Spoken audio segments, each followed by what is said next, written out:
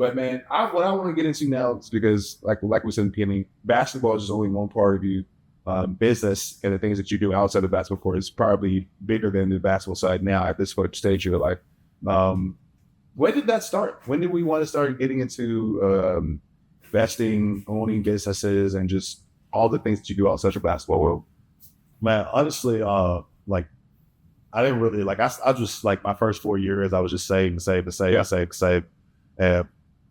and just like continuously doing that. But I always like kind of like ask a lot of questions because when I first started getting money, I was like, all right, my biggest thing that I want to do is, and that's what I set down with my family, is I want to be able to run my own empire by the time I'm 25 years old. Mm.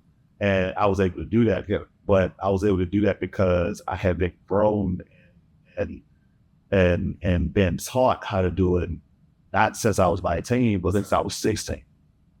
So like my uncle kind of stepped into my life and started helping me with all that stuff. That's like teaching me stuff. So I used to go like in the summers, I go and hang out with him for a week with him and his wife. He was a semi-retired lawyer. And he would like teach me a bunch of stuff. Like he goes to a bunch of business things. His daughter, she was a developer, but she had an MIT degree. So she knew a bunch of stuff as well. And so she would like have me come sit in her office for a week at some point. Yeah. And so like, I was just sitting there, all this environment, all these different things, listen to their business meetings, listen to how they're talking to people, go to dinner and, lunch and all this other stuff with them. Yeah. And kind of just be a fly on the wall. Yeah. And then I just learned so many different things. And then like, as I got older, like I realized what I wanted to kind of put in place for myself. And then like I put those things in place and then started to just like act upon them once I started getting like crazy.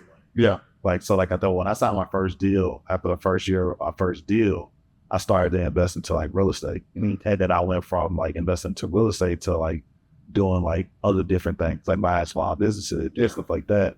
And then I went from that to like going back to real estate fully. Yeah. And then started investing into like tech.